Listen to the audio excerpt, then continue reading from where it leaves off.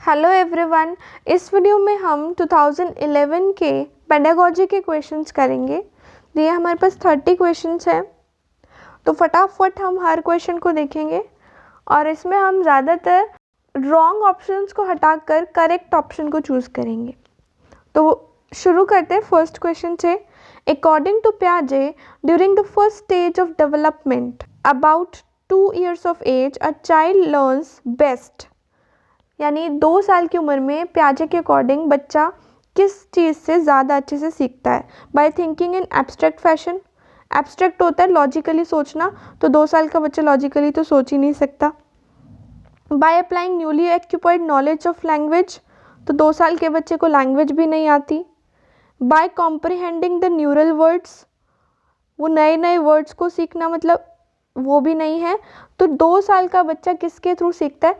Senses के through, यानी अपने सेंस ऑर्गन्स के थ्रू सीखता है, ऐसा पियाजे ने कहा था। बढ़ते हैं नेक्स्ट क्वेश्चन की तरफ। The most intense and crucial socialisation take place in, जो सबसे ज़्यादा सोशलाइजेशन होती है वो कौन सी एज में होती है? एडोलसेंस में होती है। एडोलसेंस एक ऐसी एज है जिसमें सबसे ज़्यादा सोशलाइजेशन टेक प्लेस करती है, यानी हम बाहर के समाज से ज़्यादा इंटरेक्शन करते हैं। बढ़ते हैं नेक्स्ट क्वेश्चन की तरफ। Heredity is considered as dash social structure. Heredity होती है जब जो चीज़ हम अपने पेरेंट्स से अपने अंदर इनहेरिट करते हैं, वो कैरेक्टरिस्टिक्स। तो ये कौन से स्ट्रक्चर के अंदर आएंगे? डायनामिक, स्टैटिक, प्राइमरी या सेकेंडरी? डायनामिक होता है जो चेंज होता रहता है, तो चेंज नहीं होता। ये स्टैटिक रहता है यानी फिक्स रहता है। तो आपका ऑप्शन कौन सा होगा? Option number B is a correct answer. बढ़ते हैं नेक्स्ट क्वेश्चन की तरफ। Theory of learning which totally and only depends on observable behaviour, यानी बिहेवियर को ऑब्जर्व करने पर डिपेंड करती है, वो कौन सी थ्योरी है? बिहेवियरिस्ट। बिहेवियर से ही आपको पता चल गया कौन सी थ्योरी है, बिहेवियरिस्ट। बढ़ते हैं नेक्स्ट क्वेश्चन की तरफ। Which of the following does not reflect teaching for understanding, इनमें से कौन सी पार्ट है वो अंडरस्टैंडिंग के लिए टीचिंग में नहीं इन्वॉल्व है? तो पहला option, help student see similarity and difference and generate analogies. अगर बच्चा देखता है कि क्या किस किस चीज़ में सिमिलैरिटी और किस में डिफरेंस, यानी वो टॉपिक को समझने की कोशिश कर रहा है। Enable student to memorise. देखिए जहाँ पर भी मेमोराइज वर्ड आ जाता है, याद करना या फिर रटना, रूट मेमोराइजेशन, रूट लर्निंग, उन ऑप्शन को हमेशा गलत ही करना है आपको। तो इसने डज नॉट पूछा यानी गलत पूछा है, तो मेमोराइज वाला गलत ही होगा, आपको आगे बढ़ने की ज़रूरत ही नहीं है। तो इसने जब नॉट पूछा तो जहाँ मेमोराइज आ गया वो आपका गलत हो गया। बढ़ते हैं अगले क्वेश्चन की तरफ। Which of the following is not, again इसने नॉट पूछा है, यानी कौन सा इनमें से करेक्टरिस्टिक नहीं है इंट्रिंसिकली मोटिवेट होने का? इंट्रिंसिकली होता है अंदर से मोटिवेट होना। तो they display a high level of energy while working, high energy होगी अगर वो अंदर से मोटिवेटेड है। चैलेंजिंग टास्क भी करेंगे। ऑलवेज सक्सीड, तो ये ज़रूरी नहीं है कि अगर बच्चा अंदर से मोटिवेटेड है तो वो सक्सीड भी हो, क्योंकि सक्सेस आपके मोटिवेशन पर डिपेंड नहीं करता। बढ़ते हैं अगले क्वेश्चन पर। A teacher wants the gifted child of her class to achieve their potential. एक गिफ्टर चाइल्ड को चाहता है टीचर कि उसे पूरी पोटेंशियल मिले, तो उसको कौन सी चीज़ नहीं करनी चाहिए? फिर से नॉट आ रहा है। तो segregate them from their peer for special attention. जहाँ पर भी बात आ रही है कि बच्चे को हम इस ग्रुप से अलग कर देंगे, उसको हम अलग से समझाएंगे, अलग से बुलाएंगे, अलग से बोलेंगे, तो ये ऑप्शन हमेशा ही गलत होंगे। तो जहाँ पर भी वो अलग करने को बोले ये गलत होगा, तो यही आपका नॉट में आएगा, बाकी सारे हो सकते हैं। बढ़ते हैं अगली क्वेश्चन की तरफ। Which of the following is not a sign of reading difficulty? फिर से नॉट आ रहा है। डिफ़िकल्टी, रीडिंग डिफ़िकल्टी में कौन सा साइन नहीं है? अंडरस्टैंडिंग वर्ड्स, तो अगर वो वर्ड समझ रहा है तो उसको रीडिंग डिफ़िकल्टी तो होगी ही नहीं। तो इसने पूछा कौन सा साइन नहीं है, तो यही आपका आंसर होगा। बाकी spelling consistency, letter and word recognition, reading speed and fluency, ये सभी आपके किसके अंदर आएंगे? रीडिंग डिफ़िकल्टी के अंदर। क्लियर? बढ़ते हैं अगले क्वेश्चन की तरफ। Self regulation of learners refer to. Self regulation मतलब खुद की जांचना, rules and regulation made by student body, self discipline and control, their ability to monitor their own learning, create a regulation for the student behavior. Rules and regulation बनाना बच्चे का अपने लिए, ये भी नहीं है सेल्फ रेगुलेशन। सेल्फ रेगुलेशन होता है जब हम अपने ही लर्निंग को खुद मॉनिटर करते हैं कि हमने कितना सीखा, उसको कहते हैं सेल्फ रेगुलेशन, यानी आपका आंसर होगा ऑप्शन नंबर सी। बढ़ते हैं अगले क्वेश्चन की तरफ। Which of the following statements can not be considered as a feature of learning, इसमें से लर्निंग का कौन सा फीचर नहीं होगा। Study of behaviour is learning, behaviour की स्टडी करने को लर्निंग नहीं कहते, यही हमारा आंसर होगा क्योंकि इसने पूछा कौन सा नहीं होगा। आगे बढ़े, unlearning is also part of learning, unlearning भी एक लर्निंग होती है। Learning is a process that mediates behaviour, इसके बीच में बिहेवियर आता है तो ये बात सही है, पर बिहेवियर को ही स्टडी करने को लर्निंग कहते हैं, ये गलत है। तो आपका option number A correct answer होगा। बढ़ते हैं अगले क्वेश्चन की तरफ। Constructivism as a theory, constructivism किस पे दबाव डालती है? अगर आपको कोई भी आंसर नहीं आता तो हम गलत ऑप्शन को हटाएंगे। पहला है एम्फसाइज ऑन मेमोराइजिंग इन्फॉर्मेशन, अभी बोला रटने वाली जहाँ बात आ जाएगी वो गलत होगा। Emphasise on dominant role of teacher, अगर टीचर डोमिनेंट हो जाएगा तो वो बच्चे को ध्यान ही नहीं देगा, जबकि लर्निंग हमेशा चाइल्ड सेंटर्ड होती है, तो ये भी आपका गलत हो गया। Focus on the role of imitation, imitation फिर से वही आ गया कि किसी को इमिटेट करना, मतलब किसी की तरह देख देख के उसका काम करना, यानी नकल उतारना, ये भी गलत हो गया। अगला, emphasis the role of learner in constructing his own view of world, मतलब लर्नर को अपने खुद के जहान बनाने के लिए एम्फसाइज करना, तो यही कंस्ट्रक्टिविज्म की थ्योरी होगी। तो हमें आंसर नहीं पता था तो हमने क्या किया, अपने गलत गलत चीज़ों को हटा दिया, तो हमें अपना करेक्ट आंसर मिल गया। बढ़ते हैं अगले क्वेश्चन की तरफ। Creative learner refer to one who is, creative learner कौन होगा? जो स्कोर अच्छा कर पाए, या जो लेटरल थिंकिंग में अच्छा हो, या बहुत टैलेंटेड हो ड्राइंग और पेंटिंग में, या हाईली इंटेलिजेंट हो। हाईली इंटेलिजेंट को हम क्रिएटिव लर्नर नहीं कहेंगे, ड्राइंग और पेंटिंग कर पाए तो भी हम क्रिएटिव लर्नर नहीं करेंगे। जब वो प्रॉब्लम सॉल्विंग का एटीट्यूड रखे और अलग अलग तरीके से सोच सके तो वो एक क्रिएटिव लर्नर है, तो आपका ऑप्शन नंबर बी होगा आपका करेक्ट आंसर। बढ़ते हैं अगले क्वेश्चन की तरफ। Development of concept is primarily a part of, concept develop करना इसका मतलब क्या है? इंटेलेक्चुअल डेवलपमेंट, मतलब कुछ सीखना। आगे बढ़ते हैं। Individual learner differ from each other in, जो सभी लर्नर होते हैं वो किस चीज़ में अलग अलग होते हैं? Sequence of development, general capacity for development, principle of growth and development, rate of development. Sequence यानी ऑर्डर सेम होता है, पहले जो चीज़ आई वही आएगी सबके अंदर।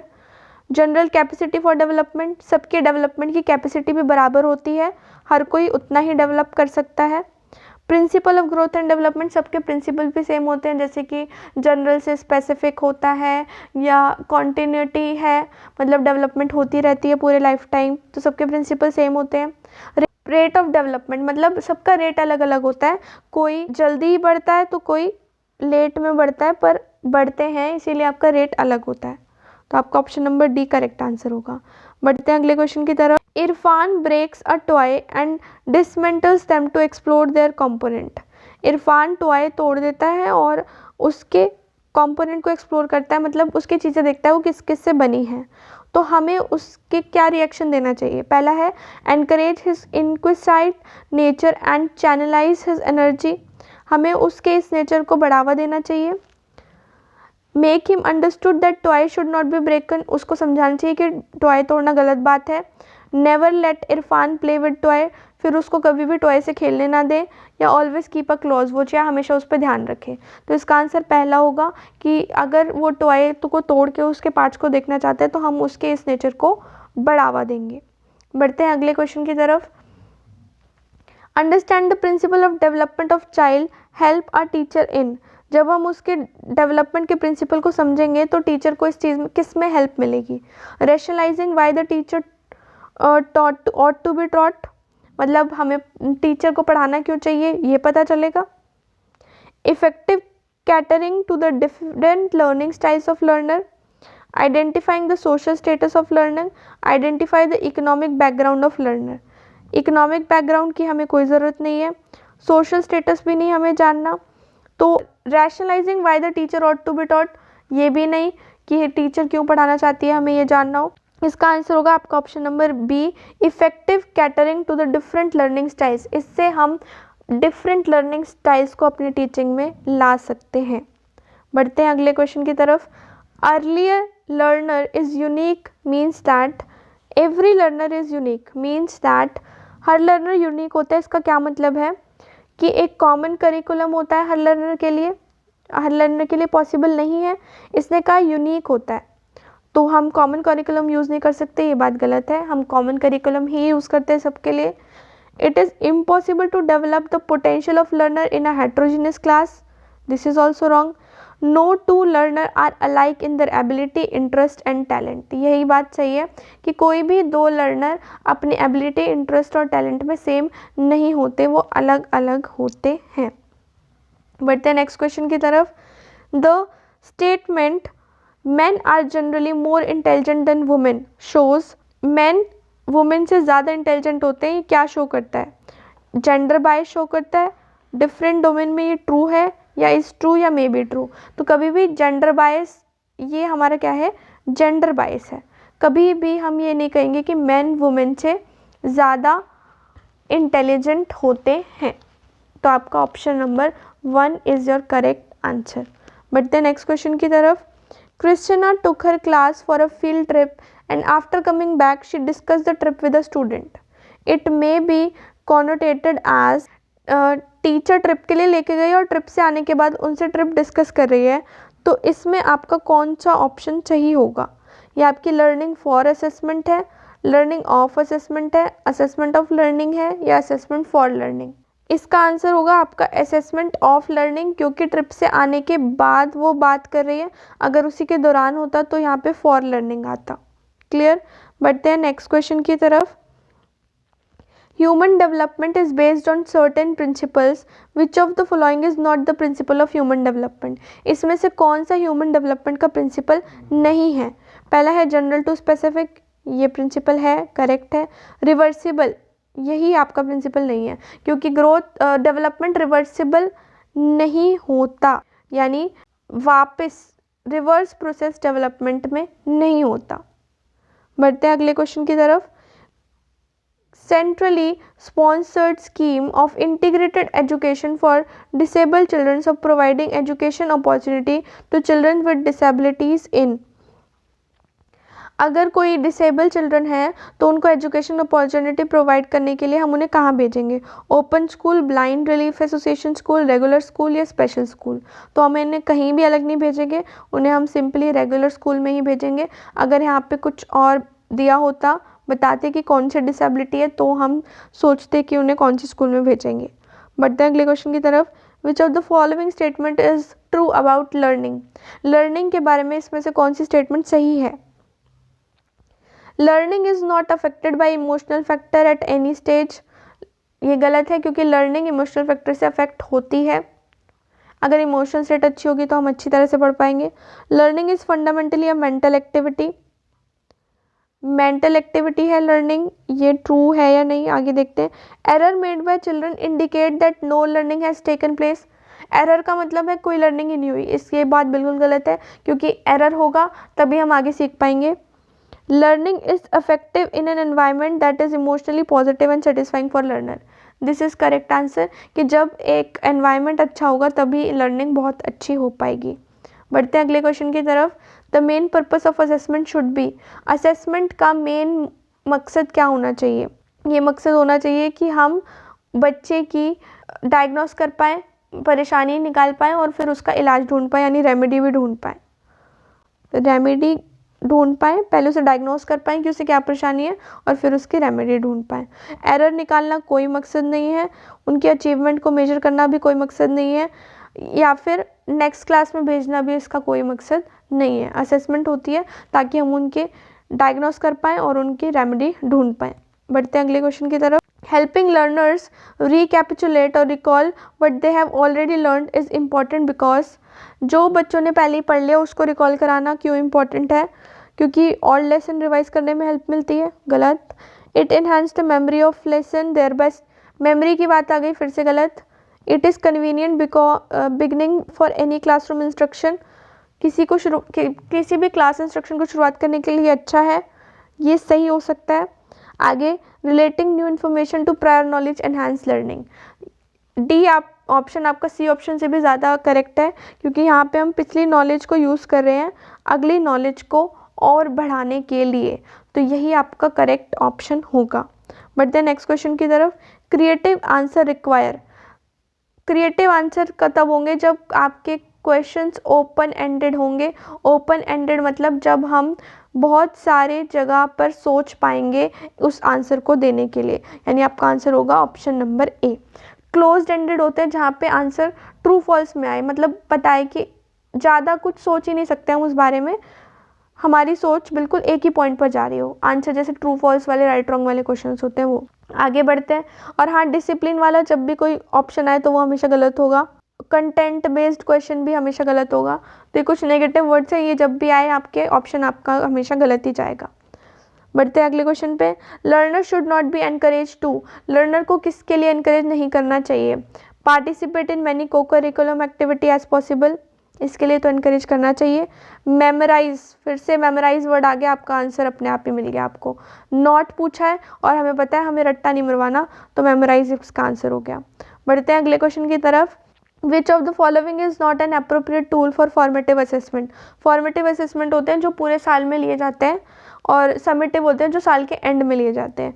तो इसके अंदर क्विज, गेम्स, असाइनमेंट, ओरल सब साल भर में लिए जाते हैं, लेकिन टर्म टेस्ट एंड में होते हैं, तो फॉर्मेटिव इसमें से ये नहीं है क्योंकि इसने नॉट पूछा था। बढ़ते हैं अगले क्वेश्चन की तरफ। Diagnosis of the gap in the learning of student should be followed by. Diagnosis of the gap, gap जांचने का कौन सी चीज़ उसके बाद होनी चाहिए? सिस्टमैटिक रिवीजन होना चाहिए, report the findings to the learner and parent, learner और पेरेंट्स को बताना चाहिए, या अप्रोप्रिएट रेमेडियल मेजर लेने चाहिए। तो सी ऑप्शन है, हम किसी को नहीं बताएंगे, हम प्रॉपर रेमेडियल मेजर लेंगे, मतलब उसको दूर करने के लिए तरीके ढूंढेंगे। बढ़ते हैं लास्ट क्वेश्चन की तरफ। Multilingual character of Indian society should be seen as. Multilingual character को हम किस तरह देखेंगे? जब भी रिसोर्स वाला कोई भी ऑप्शन आए तो वो हमेशा सही होगा। तो इसमें देखिए, मल्टीलिंगुअल कैरेक्टर से हमें डिफरेंट रिसोर्स मिल सकते हैं, resource for enrichment of school life. तो इसका आंसर होगा आपका ऑप्शन नंबर डी। क्लियर? तो इसी के साथ हमारे 2011 का पूरा पेपर आपके पेडागोजी सॉल्व हो चुकी है। अगले वीडियो में हम 2012 के पेपर को सॉल्व करेंगे। अगर आप हमारे चैनल पर नए हैं तो प्लीज़ सब्सक्राइब करना ना भूलिए, और बेल आइकन को भी ज़रूर प्रेस कीजिए ताकि हम सीटेट की प्रिपरेशन अच्छे से कर सकें। Thank you.